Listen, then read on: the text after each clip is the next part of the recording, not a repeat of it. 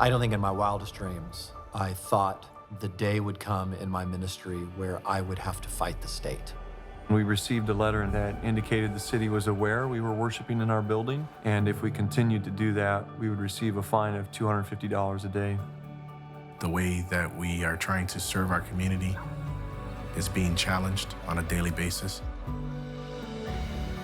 We don't see any difference between what's right in this building and what's right out there.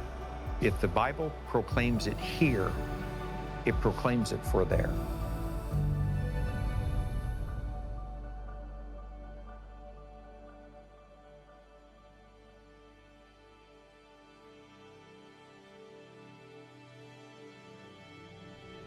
Churches are increasingly coming into contact with moral and ethical issues, and I think that's certainly the case for us.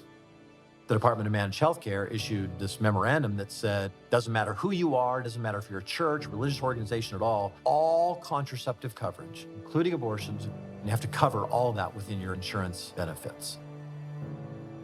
We didn't want to put our head in the sand. We didn't want to say, let's just hope this goes away. This affects every single church in California. If we don't stand up, who will? Our city council and mayor passed an ordinance that would allow biological males into women's restrooms. A group of pastors stood up, and when we opposed it, the mayor decided to retaliate, and she subpoenaed 5 of us. She wanted our sermons and 17 other categories. But we knew that if somehow we didn't prevail, that what took place here was going to be replicated all over the country.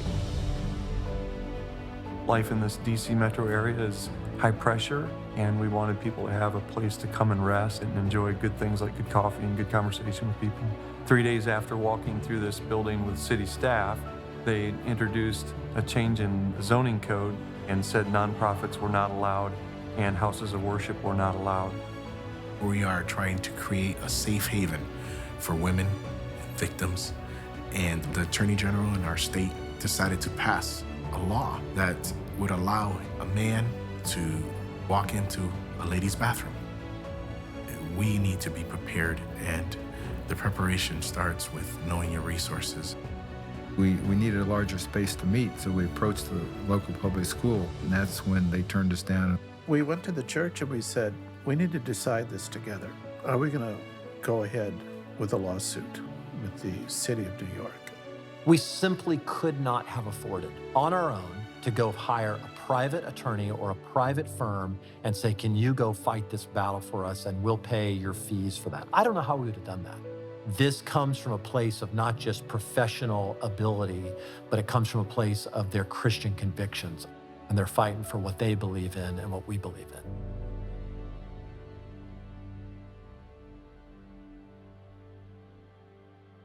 Alliance Defending Freedom has always had the mission of keeping the legal door open for the spread of the gospel.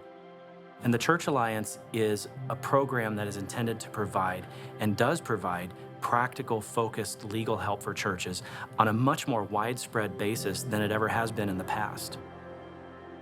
The Church Alliance provides practical resources and focuses on what are the means that we need to take to ensure that churches continue to have the right to speak the gospel, whether that's on Church Street, Wall Street, or Market Street, to be able to speak the truth and to live it out in the public square.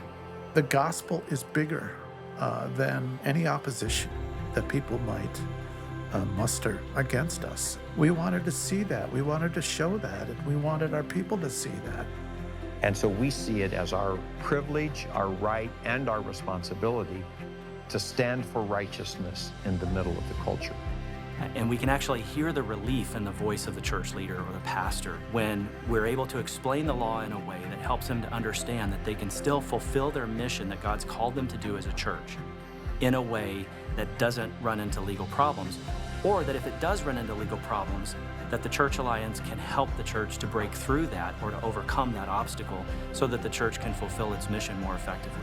And churches are going to need to have somebody standing up for them. ADF has provided with the Church Alliance a wonderful resource. And you know they have your back. Then you can stand with a lot more confidence knowing that you don't have to worry about that side.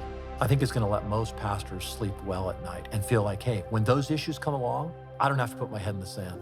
I can speak up and say something about it, and we can go do something about it because Church Alliance will be there to help us.